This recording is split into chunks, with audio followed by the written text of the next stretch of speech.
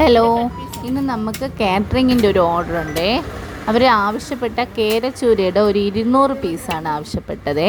അവർ പ്രത്യേകം പറഞ്ഞു, അതായത് നല്ല സ്ക്വയർ പീസും വേണം, ബ്ലാക്ക് പീസും ഒഴിവാക്കി കട്ട് ചെയ്യാൻ പറഞ്ഞു. അപ്പോൾ അതിന് വേണ്ടി ഈ ചൂരയാണ് എടുത്തേക്കുന്നത്. ഈ ചൂര വന്നിട്ടൊരു 45 കിലോളം ഉണ്ട്. അതിൻ്റെ തൂക്കം തല വന്നിട്ടൊരു 5 കിലോക്കകത്തുണ്ട്. അപ്പം നമ്മളെ ചേട്ടൻ അതിന് സ്ക്വയർ പീസിലോട്ട് ആക്കാൻ വേണ്ടി ഉള്ള ശ്രമത്തിലാണേ.